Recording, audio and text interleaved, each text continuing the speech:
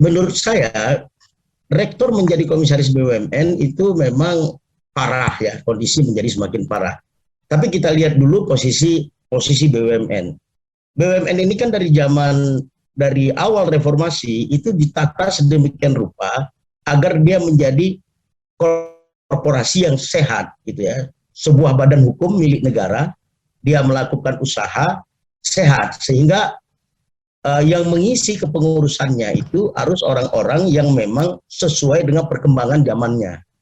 Ya, pertama dia memiliki keahlian di bidang korporasi tersebut.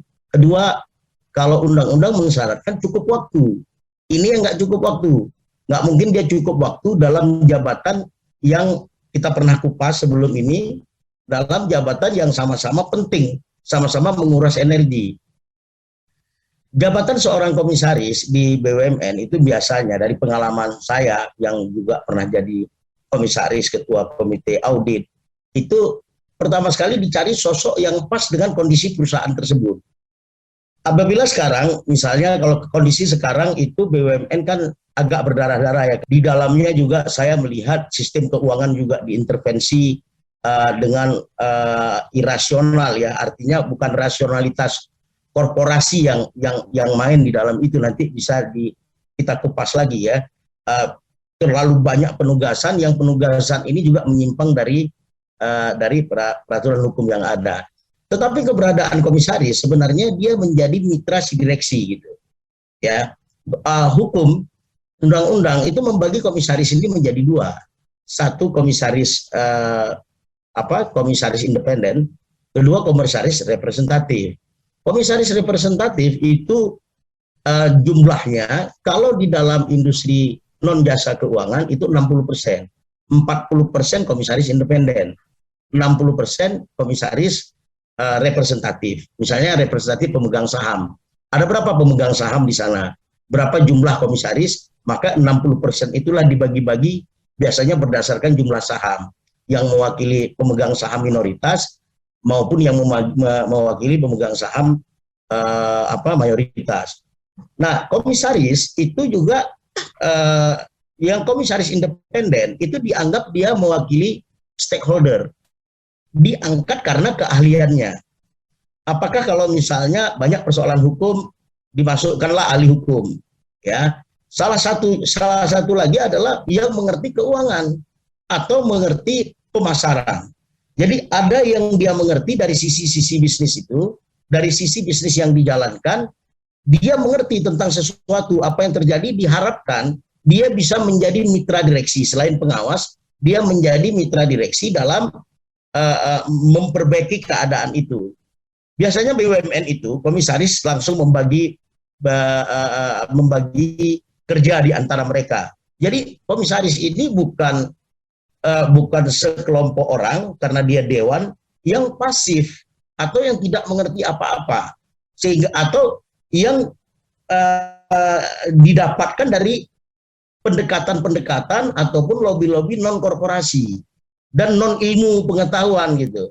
Jadi bukan asal-asal karena dia masuk dan lain sebagainya.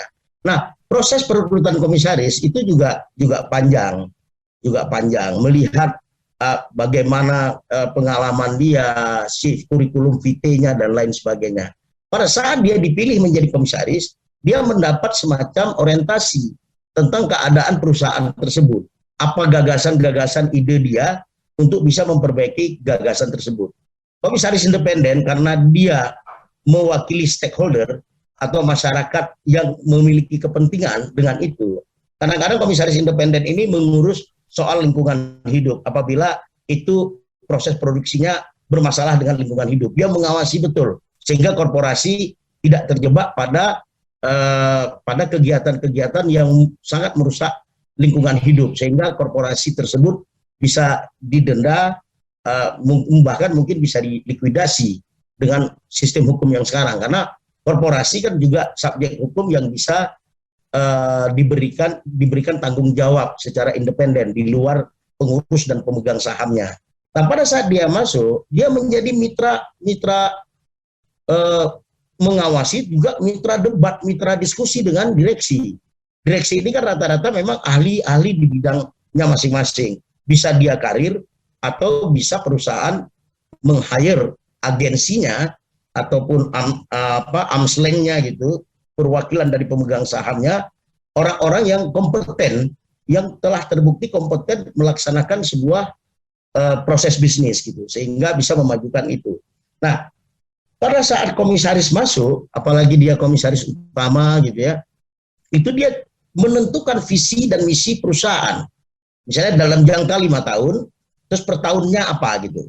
Misalnya saya pernah, misalnya dalam satu penelitian saya pernah mewawancarai seorang ex-komisaris BUMN, apa yang dia lakukan, walaupun cuma waktu 2-3 tahun, tetapi dia memberikan kontribusi sangat positif, karena dia yang merumuskan target-target dari korporasi tersebut. Misalnya berapa revenue yang diharapkan masuk dengan potensi pasar yang ada, berapa ongkos produksi yang harus dipotong oleh direksi supaya membuat korporasi itu menjadi efektif dan efisien gitu.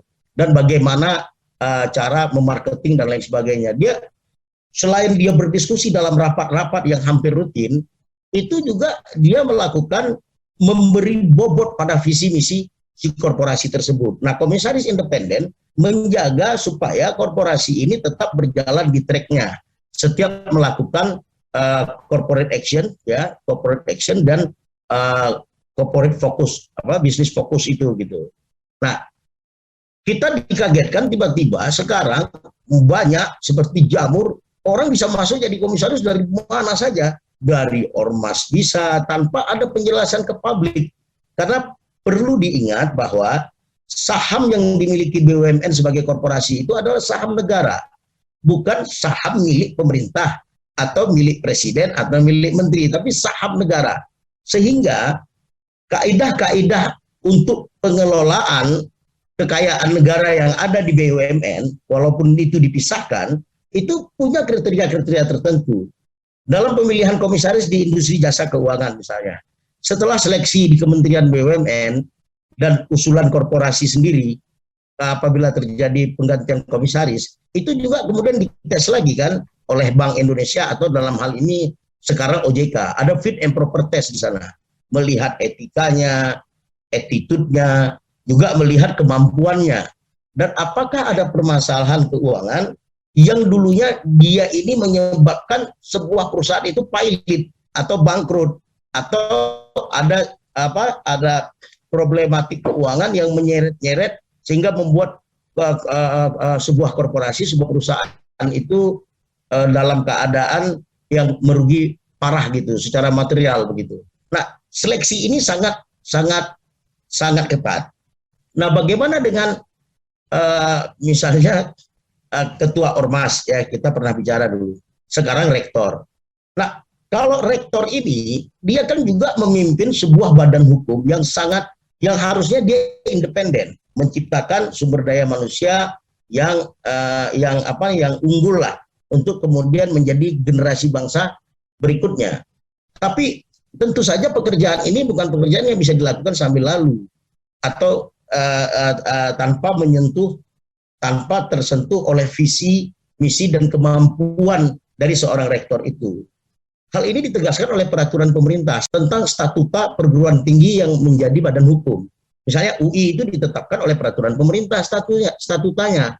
Dan jelas-jelas dikatakan bahwa seorang rektor itu tidak boleh rangkap jabatan sebagai pejabat pemerintah lainnya atau jabatan-jabatan lainnya di pemerintahan daerah, di BUMN dan lain sebagainya.